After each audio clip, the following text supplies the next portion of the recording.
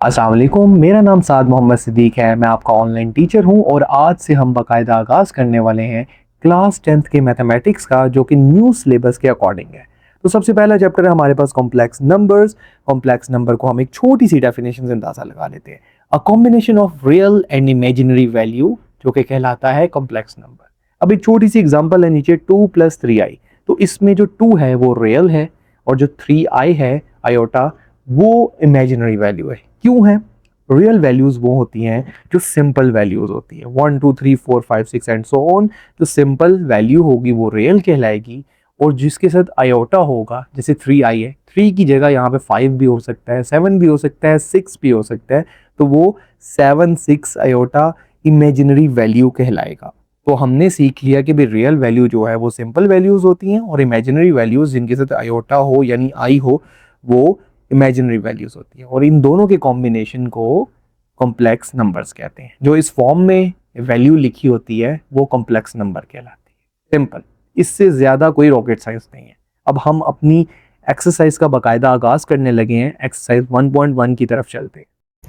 So exercise 1.1 question number 1 और उसका पहला पार्ट आयोटा 5। ठीक है, दो चीज़ों का ख्याल रखना है आपने। आप लोगों की आसानी के लिए मैंने साइड पे लिख दिया कि ये फॉर्मूला यहाँ पे यूज हो रहा है। ठीक है, फॉर्मूला कौन सा यूज हो रहा है? Iota square is equals to -1। यानी जहां पे भी आयोटा स्क्वायर आएगा वहां पे हम -1 का इस्तेमाल करेंगे।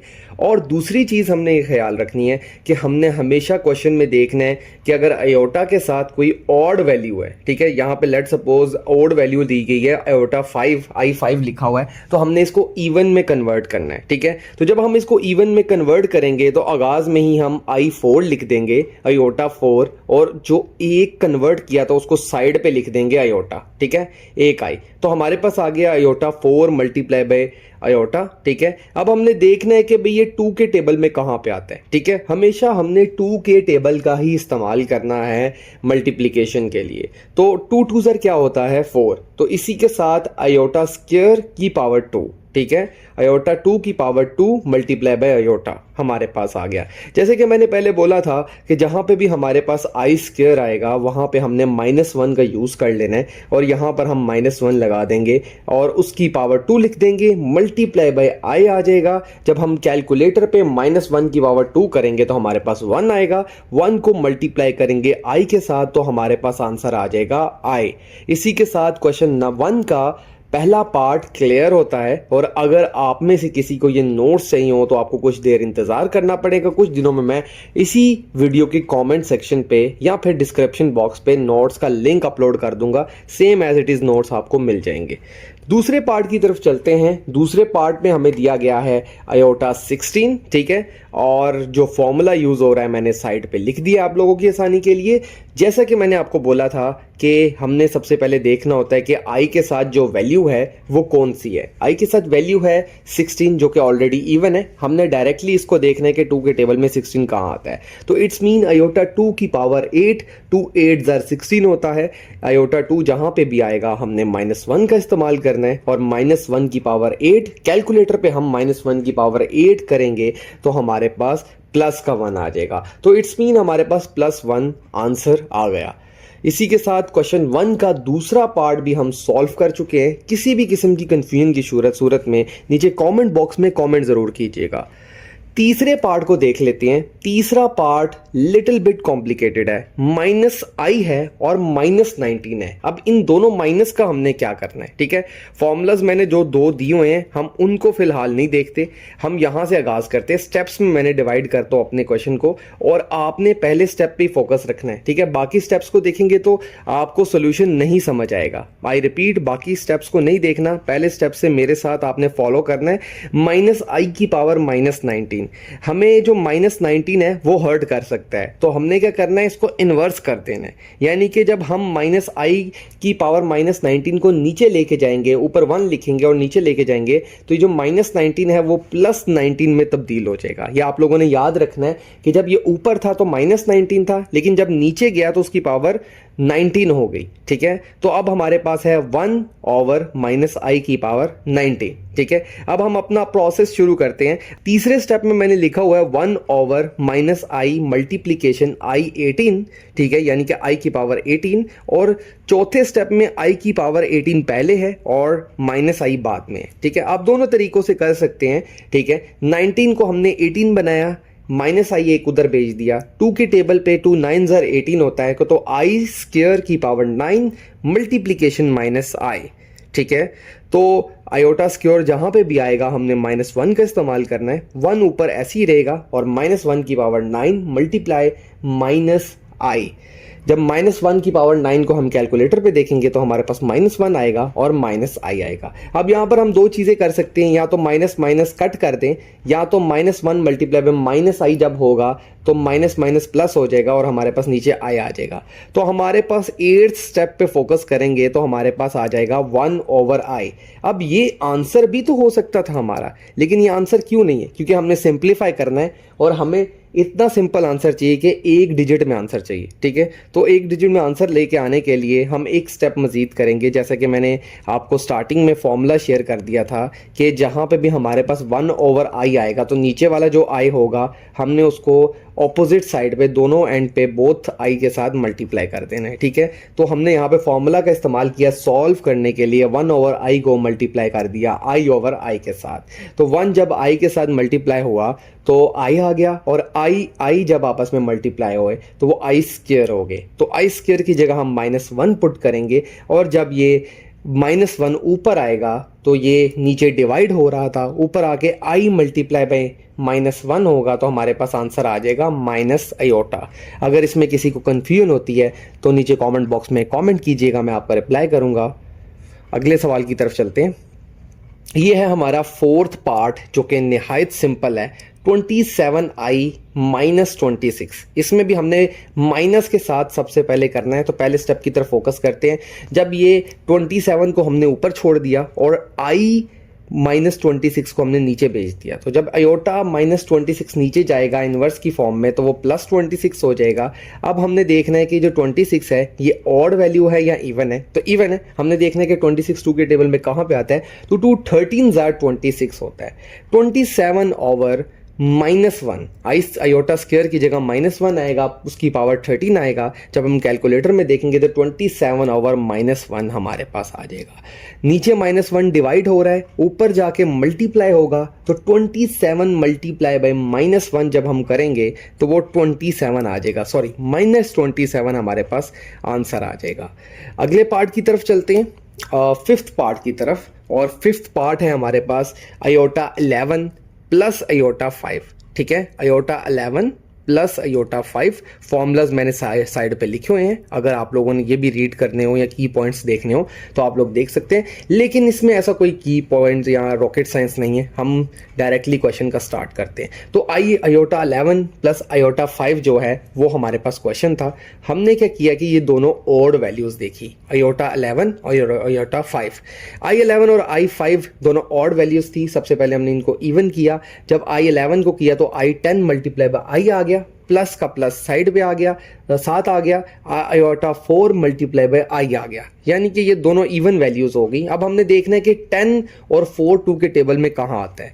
तो i2 5 ज़ार 10 होता है, मल्टीप्लाई आई वैसे ही हमने उतार दिया, प्लस का प्लस उतार दिया हमने। i2 2 ज़ार 4 होता है और मल्टीप्लाई बाय आई हमने वैसे ही उतार दिया। दोनों जगह पे हमने जहां जहां i2 लिखा हुआ है हमने -1 का इस्तेमाल करना है।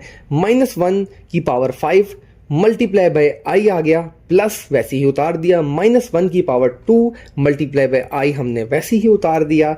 अब हम जब कैलकुलेटर पे -1 की पावर 5 करेंगे तो हमारे पास -1 आएगा, और आई वैसे ही हमने उतार देना है, प्लस वैसे ही हमने उतार देना है। -1 की पावर 2 को जब हम करेंगे तो हमारे पास प्लस का 1 आएगा, मल्टीप्लाई बाय आई हो जाएगा, और -1 मल्टीप्लाई बाय आई माइनस आई हो जाएगा, और +1 मल्टीप्लाई बाय आई प्लस का आई आ जाएगा। तो -i प्लस आई जब आपस में होंगे कैलकुलेट तो ये ज़ीरो आ जाएगा। जैसे कि लेट सपोज हम -1 + 1 को हम करेंगे तो हमारे पास ज़ीरो आ जाएगा। उसी तरह same as it is -i है और +i है, तो हम जब इन दोनों को करेंगे तो हमारे पास ज़ीरो आंसर आ जाएगा।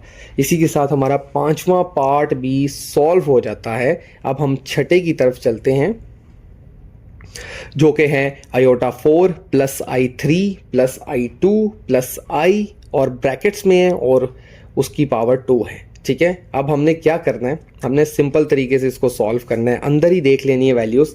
जहाँ पे 4 है हमने देखना है कि i4 जो है वो 2 के टेबल में कहाँ आता है, तो i2 2 ज़ार 4 होता है प्लस i², यानी कि ये ऑड वैल्यू थी i3 की, तो हमने ऑड वैल्यू की जगह इसको i2 बना दिया, मल्टीप्लाई बाई i भेज दिया जो कैरी किया, प्लस i2 + i।